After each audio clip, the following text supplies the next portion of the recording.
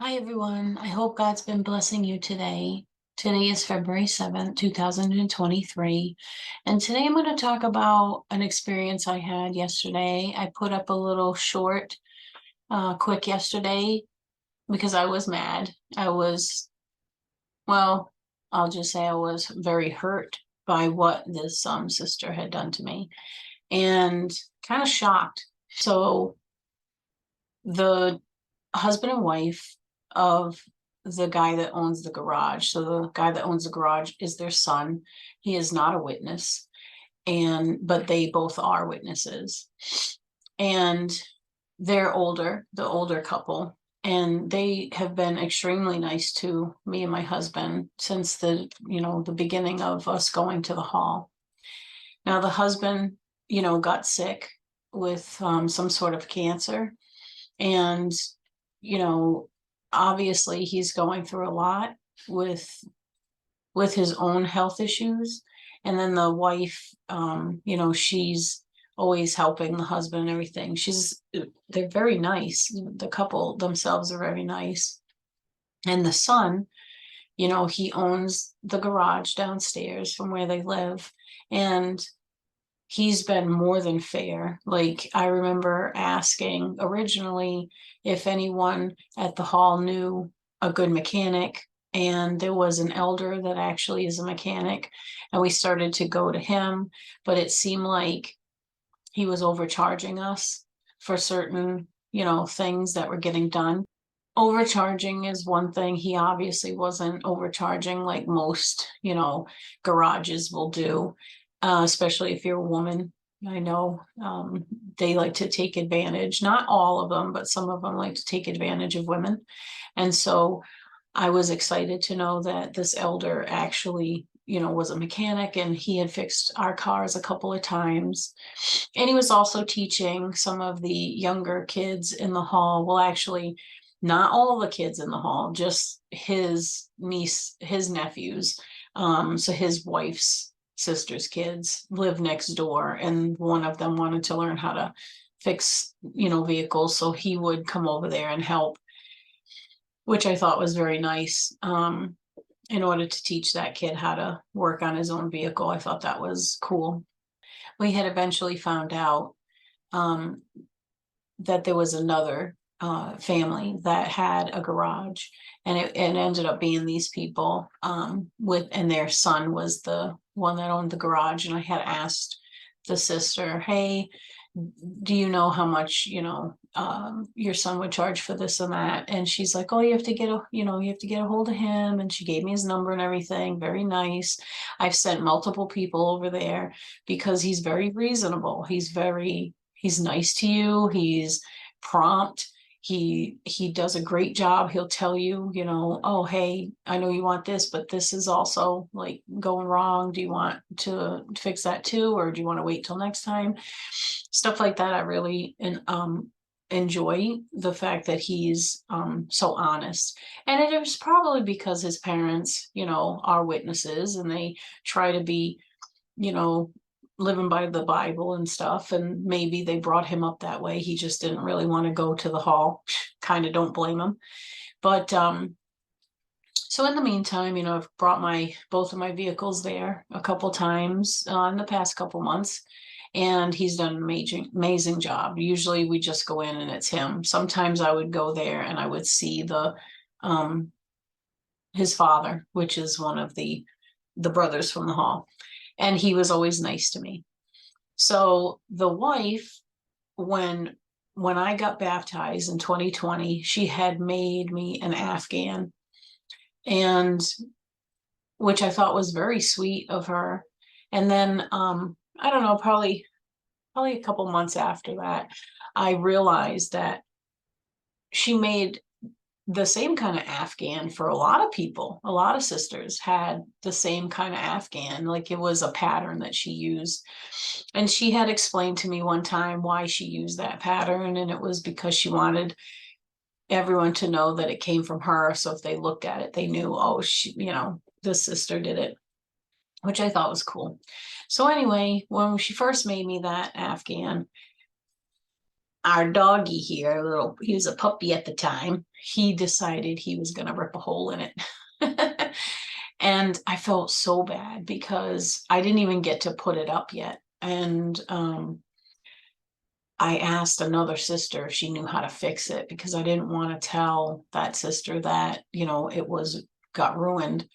But the other sister was like, oh, just tell her, she'll be fine with it. And, it's not like your dog did on purpose. So I eventually asked her if there was a way she could fix that spot. And she said yes. And she was very nice about it, took it back and fixed it. And then, laughingly said, don't let him get it again. And I was like, I know, I know. So, and I've had multiple conversations with, the brother and sister I'm talking about, multiple. And they've always been so, so nice. I've sent letters and cards and everything. So I guess when I pulled up, I saw right away that she was in the window, that she was at the desk in the garage office. And my first reaction to myself was, oh geez, I wonder if she's gonna be, mean to me because, now they all know that they disfellowship me so that I'm not supposed to talk to me. But then I thought to myself, well, I mean, I did send these people a letter on why I was not wanting to be part of the organization. It had nothing to do with that. I didn't want to talk to them or that I didn't want to be, I still believed in God and everything. So anyway, I went in there and I haven't seen the sister in a couple months because she had been sick and was staying home and I wasn't going to the hall and everything. So it's been a while since I've seen her and I was excited to see her. So when I walked in, hey, how are you doing? It's nice to see you. And immediately she looked at me, her whole demeanor changed as if like, I can't even explain it. It was kind of like she was like, why are you talking to me type of thing. And then she looked down at the desk. She was ruffling with some papers. She put her hand out, like this, like, hey, give me your money type of thing. And the guy, her son, came in behind me. And when he came in behind me, she immediately said, you can take care of this customer. I'm going in the back. And she got up and she left. And my heart just like dropped because I thought, wow, even if I am disfellowshipped, I'm still a human being. Like, I still have feelings. Even though I know I'm not supposed to talk to her, but I could have sworn disfellowship means that you don't talk to the other person about spiritual stuff, about Jehovah and stuff like that. I didn't know you couldn't just talk to anybody, just be like, I don't know, human and say hi and how are you doing and or even answer my question.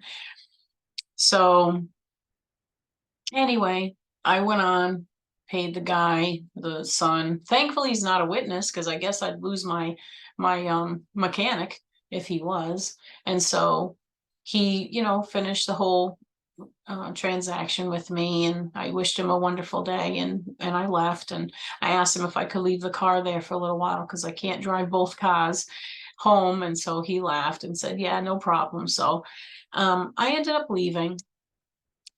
Now, on my way back to my house, I'm not gonna lie, I cried. I was crying because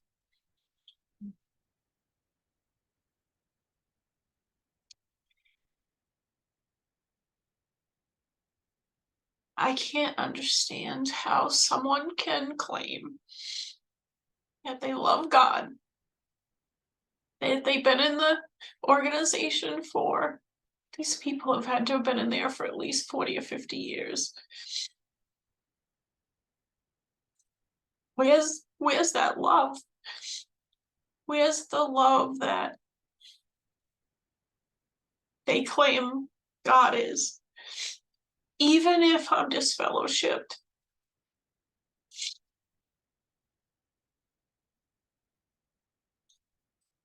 aren't you supposed to love God? more than anything in the world, even your feelings, even the governing body members. I think about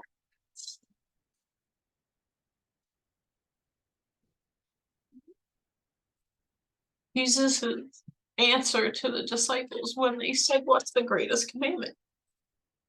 In Matthew 22, I think it's 36 or 40, when he answers them and says, "You got to love God with all your heart, your soul, and your mind." That's the first and most important commandment. And then the second one is love your neighbor as yourself. All the other things are going to fall into place if you do those two things.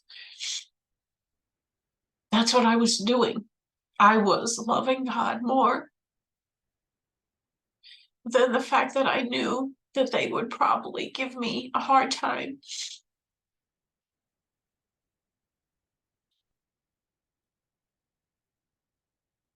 It makes me really sad to know that there's people that think they're doing good for God. It's embarrassing. To me, if I was God and I was watching how people were reacting to other people, especially people that claim to be in the religion that's telling everyone the truth.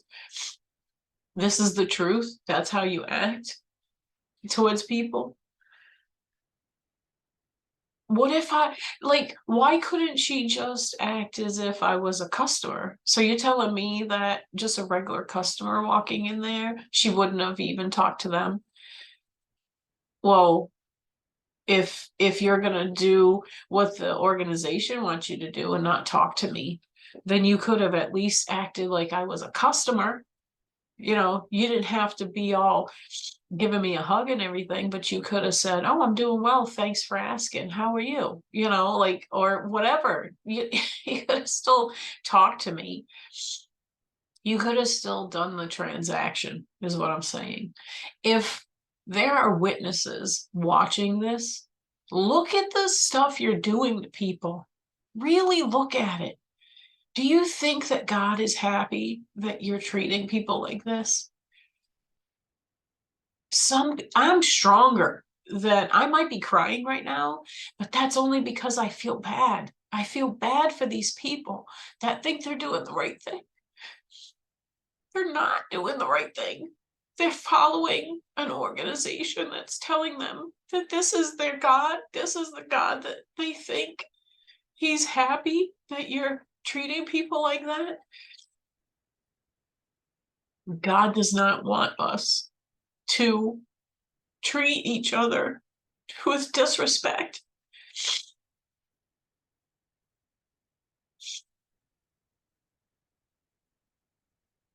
What does it mean to you to love your neighbor as yourself? What does that mean? To me, that means that I want to treat them the way that I would want them to treat me. Does she want to be treated like that? Because guess what? You're not going to make me stoop down to that crappy level. I'm not going to change. I'm the person that I am today because of God, because I am empathetic and I am compassionate and I do love people and I do want to get to know everyone. And I'm trying my hardest to be the best kind of person that I can be. I'm not always wonderful. Sometimes I snap. Sometimes I yell. Sometimes I get frustrated. I try my best to always put God first, to always think to myself, if Jesus could put up with the stuff that he put up with while he was on the earth, I can put up with what I can put up with.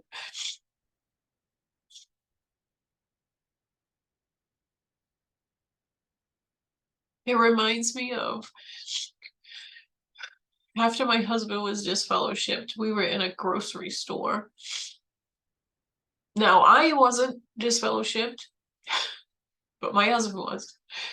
And we were in a grocery store, and we were at the checkouts, the self checkout. And I looked up and I saw an elder and his wife. And I waved and I said, "Hey, how you guys doing?"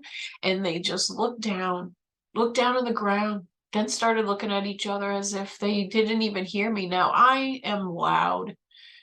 I'm an Italian. Sometimes I get loud. And I know they heard me. I know they saw me. And even though my husband was with me, that means you can't say hi. You can't even just wave or smile. These are the types of things that make me think, are you guys even reading the Bible? Are you even meditating on the scriptures? Like, how can you walk around in the world in a secluded, like, I feel like you guys are in a secluded bubble that you're like, okay, I can't talk to anybody outside of the Kingdom Hall. And the only people I can talk to outside the Kingdom Hall are brothers and sisters that are in the Kingdom Hall. Okay, well, I was in that Kingdom Hall. How come I didn't get a response? Why? Because my husband was disfellowshipped? He wasn't even paying attention. I was the one saying hi to you guys. This is what I'm talking about. Jesus tells us that we just need to love each other and love God. And all the other, like, if you love God so much, you're just going to be nice because God is nice. God gave us our sense of humor, our love, our compassion, our empathy, like our strength, our courage, our boldness. He gave us so much stuff, our mildness, our calmness, our patience. We have all these things. Well, if you're being stifled by the organization that keeps telling you, oh, beware, beware, beware, beware, you can't talk to people outside of the organization. They're going to get you. They're not, no, who's going to get you? Who is going to get you? I don't understand. Like, I really don't understand. And I think that that's it. I constantly pray about people, pray for them to have their eyes open to the truth, to the organization. The organization is misleading so many people, and it hurts my heart.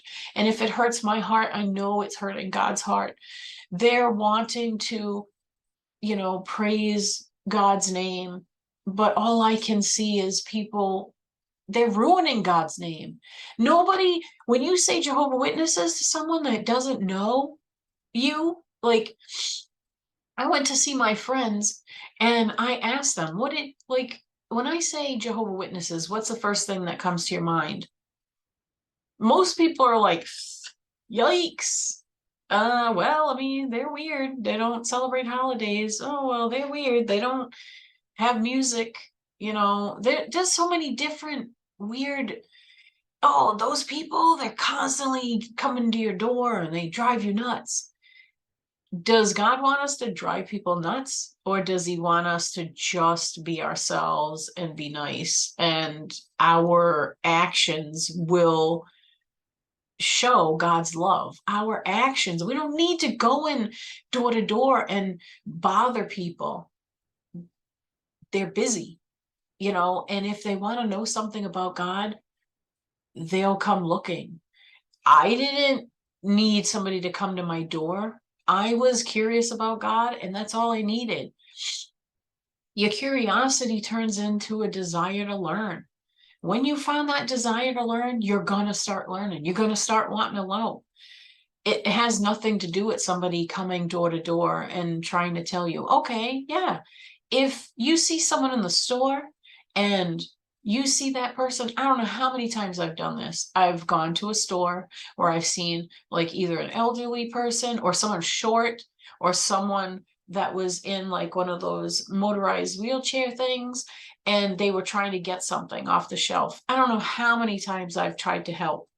I've gone out of my way, seen them trying to struggle, and I would go over. If I could reach it, I would get it. And all you get is a thank you. That's all I need. I don't even need a thank you, because God gives me a thank you. In my heart, I feel good because I helped that person. I don't need them to tell me thank you.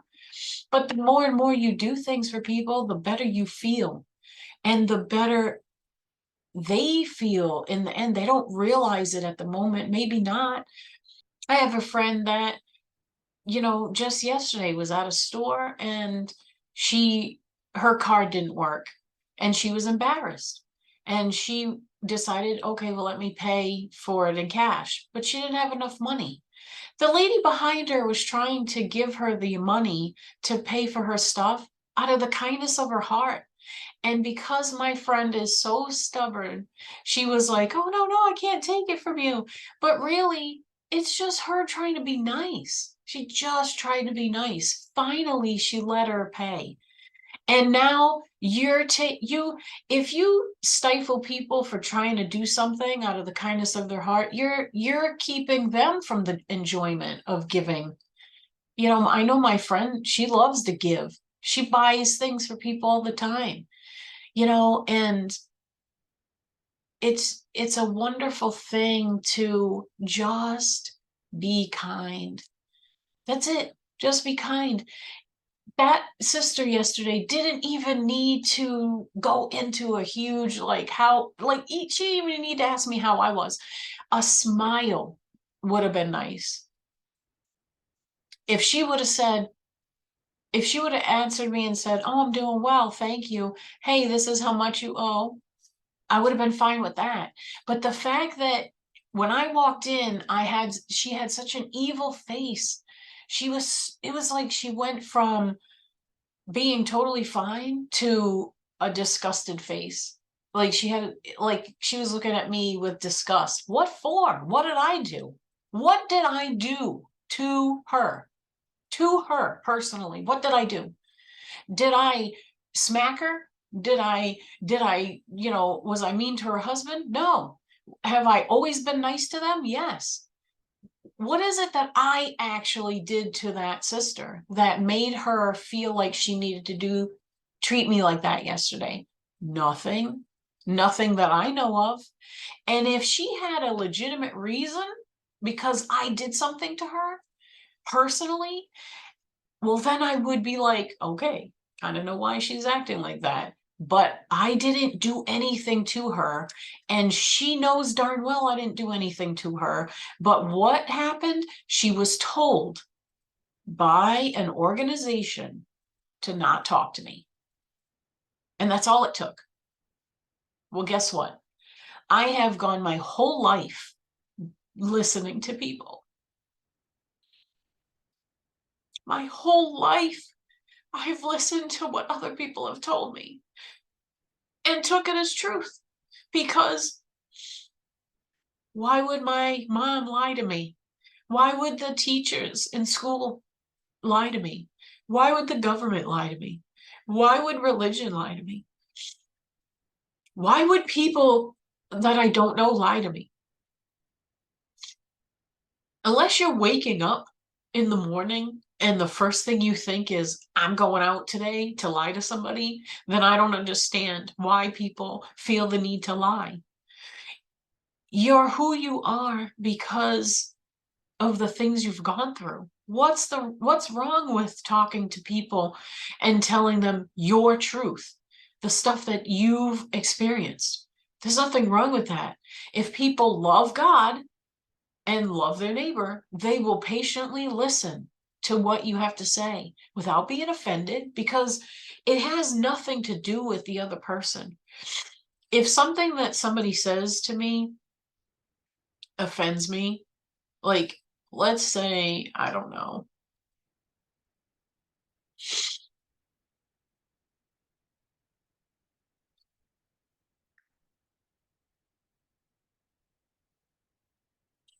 let's use this as an example. Let's say I walk into a grocery store and there's, I don't know, a line of people in waiting to cash out. Okay. and I'm in this line. And I'm going to use this example because this has happened. Okay. So there'd be people behind you. So let's say there's probably, I don't know, 5 people in this line, and the cashier is, working on the person at her register. I will hear the people behind me complaining that the cashier is slow, or, oh my gosh, they need to open up more registers, or this or that. Okay. Now, don't get me wrong. I used to be that person. This is how I know what to listen to now and what not to do anymore, because I used to do this. Because I was a cashier, I used to think to myself, man, if I was running that register, we'd all be out of here already. I would think I was better than that person, which is wrong. I know that. I didn't really understand that then, but now that I'm getting to really understand things by reading the Bible on my own, I'm starting to be like, there's nothing wrong with the cashier. Maybe it's the people in line. Maybe it's the register. Maybe it's something she's scanning that won't scan. I've been in that situation plenty of times. Maybe she's waiting on the CSM to come over there and give her a price check. Maybe there's so many things that could be going on. Maybe she had a bad day. Maybe she has a migraine. Maybe she just found out something sad. We have no idea what people are going through. But what I'm trying to say is, let's say the guy behind me is like complaining.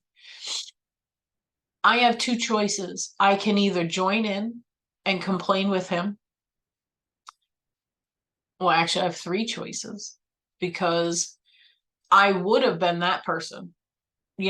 10 years ago, I would have been the one that turned around and been like, oh my gosh, I know, right? Like, can you believe it? Or I could turn around and maybe say something off topic that would bring something positive, like maybe talk about the weather or something else that would get his mind off of the fact that we're waiting. Or I could just be quiet and not say anything at all.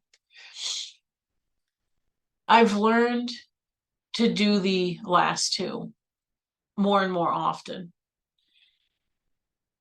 And personally, out of those last 2, I'd rather do the one where I try to get someone to think positively.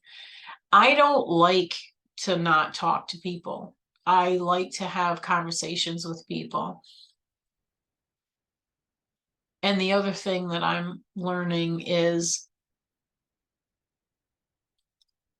just because the people in the organization are going to treat me like I'm invisible, that doesn't mean I'm gonna do the same thing back to them.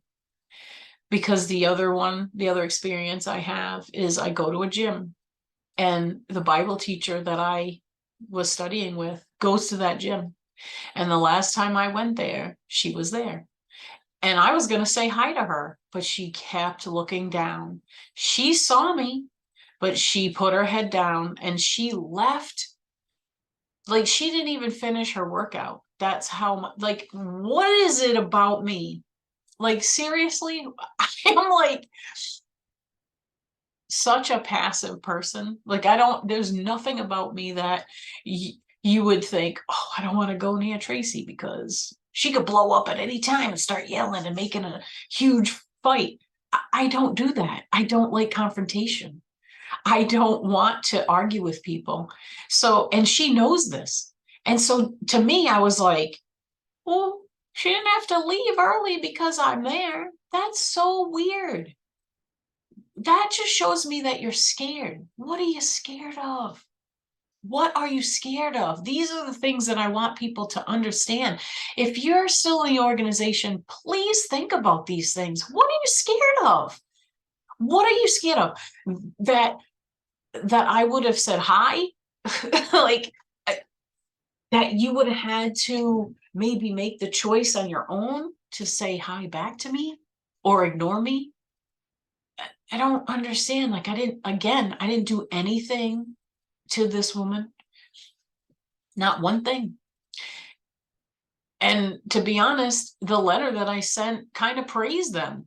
I was being nice and saying that I was very grateful that they took the time to study the Bible with me. So, of all things, I was actually giving them praise for, doing that in my letter. But again, it doesn't make any sense to me. All I can do is pray for people that treat others with disrespect. I know personally, it's probably because the person that is treating the other person badly, there's something wrong. There's something that happened to that person. I was a bitter, bitter person growing up because of all the abuse I went through. I had to be in control of everything. I had to have the last word. I had to have it my way, or I wasn't going to do it. I was a baby. I was really a baby, immature and ignorant.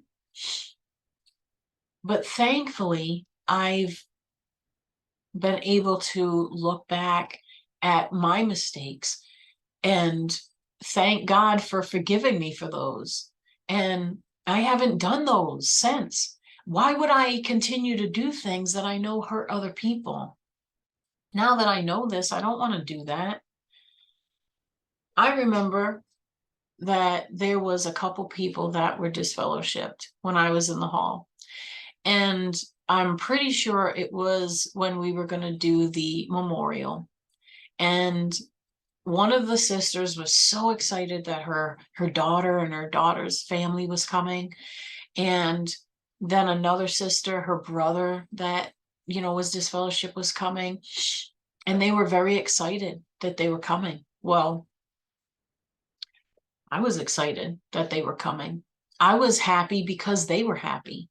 And so when I went to the memorial and I went up to the sister, she had her whole family there, her daughter, her husband, all the kids were sitting there. And I went up to them and I was like, hi. I said, it's nice to meet everyone. I'm glad you guys all made it. And right away, the sister said, we can't talk to them.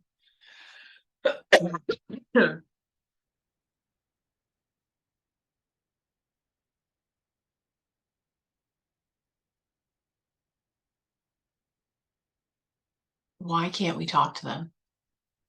They're literally coming to the Kingdom Hall to thank Jesus for the sacrifice that he made. And you're telling me I can't talk to them. Why? Why can't I talk to them? And she said, well, because they're disfellowshipped and we're not allowed to talk to them. And I'm like, okay, but they're here. And isn't God happy that they're here? They literally came here to, even if it was just one day they came, shouldn't we be all excited that they're here? Anyway, I ended up leaving, walking away. It didn't matter. I turned around and said, well, I'm happy you're all here. And I walked away. And then I went in the back and I saw the other sister and she introduced me to her brother. And I said, oh, it's nice to meet you. I'm so glad you're here. And she said, well, we can't really have a whole discussion because he's disfellowshipped. And I'm like, so what? I'm like, so what? And I looked at him and I said, I don't care if you're disfellowshipped. I'm happy you're here. And then I walked in and went and got my seat. I don't understand that. You guys are always talking about the prodigal son, the whole parable about the prodigal son who comes back, and the father's so happy that he came back. He didn't give a crap that all the stuff that he had done with the money or with his life, he was just happy he was alive and he was coming home. You're telling me that we're not supposed to treat disfellowship people like that? Yes, we are. It doesn't matter. I don't care what they did, because what people do has nothing to do with us. What we do is between us and God. God's the final judge. And I was thinking about that yesterday. Thank goodness God's the final judge, because if that sister yesterday was the final judge, I would have not had, where's my salvation? I wouldn't have got it. I wouldn't get no salvation according to her. She's probably wishing I die. Like, what? I can only worry about how I act and how I react to people. I can't change anyone else. I can only work on myself. And I'm not trying to change anyone else. And that's the whole point. The only person that can help other people change is the same person that's helping me change. You have to want to be better. You have to have the desire to want to be better. You have to want to love other people and get to know them and have patience and just use, what God gave us to treat people kindly. Treat people like you want to be treated. And I'm sad if you want people to treat you like crap, if you want people to ignore you, if you want people to shun you, if you want people to call you an apostate, if you want to get disfellowship for asking questions, for using the brain that we were given, it doesn't even make any sense. If you want people to treat you like that, then I'm going to do nothing but pray for you, because I don't want you to feel that way. I want everyone to feel loved and needed.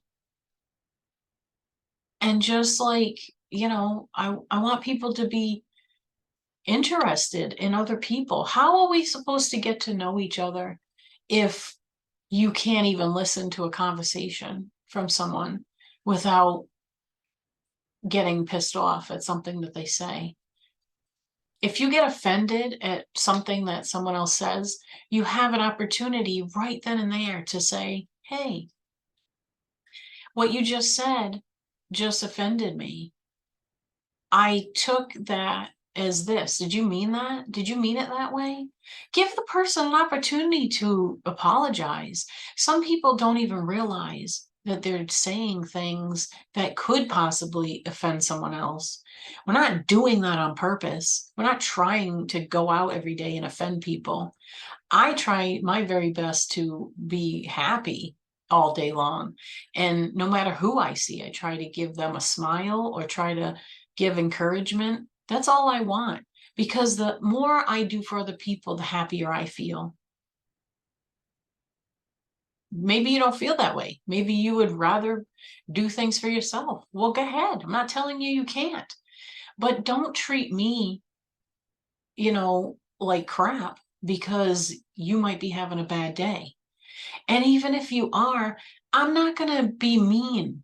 Like, most of the time I think about, okay, did that person actually mean it? Like, sometimes my husband will say something to me with a tone that hurts my feelings. I will be quiet and I will think in my head about, well, did I just snap at him? Like, I'll replay that conversation and I'll try to think to myself, okay, maybe I did something. Well, he's got way too many positives for me to pick on that one thing. And so I let it go because it's not worth an argument over. I used to do that all the time. I don't want to do that anymore. I want to be happy and peaceful and try to give whatever I can. It doesn't matter. Material, I'm not talking about that. I'm talking about just actual positive energy towards people. I just want people to be happy. One thing that my son says to me all the time is he likes to meet someone and he thinks, as long as I leave that person happier than when I met them, he feels like he did a good job. And I think that's a great thing to think about. Just try to do things that you don't even have to do anything for anybody. Just smile. A smile can make someone's day. Maybe somebody needs to see that smile. You think about other people instead of just thinking about, like, oh, let me always remember what the organization tells me to do. Oh, I have to be miserable. Now, to be perfectly honest, I'm talking about this, but the minute I'm done this video, I'm not going to care about it anymore, because I don't hold grudges. I don't hold grudges against people. I'm not going to sit and wallow in the fact that she got mad yesterday. I will pray for her, because I know that she's probably still mad. She's probably still thinking about it. And I am thinking about it because I knew I wanted to do this video. But other than that, it's going to be gone the minute this video gets published. And I thank God every day for the fact that he takes those worries out of my head. I don't have to worry about that, because that's not who I am. And right now, all I have to worry about is who I am. I want to be a better me, not a better you. I don't want to make you better. I want to make me better. And in turn, if that makes you better, then wonderful. But if you don't look at my actions and think, oh, wow, I wish I could be more positive, okay, maybe I'm not the person that's going to help you. Please learn to love yourself. Because if you can love yourself and you're confident in who you are, you won't let anyone else treat you like crap. And when they do treat you like crap, it's not going to affect you, because you know the truth about yourself. That's all I want. Find your truth, the truth about yourself. And if it's makes you happy, then that's all that matters. Because if you're happy, you will treat others happy. You'll be happy. You'll treat them with respect, especially if you're happy. Well, I hope you all enjoyed this video. I hope you have a blessed day, and I'll see you on the next video.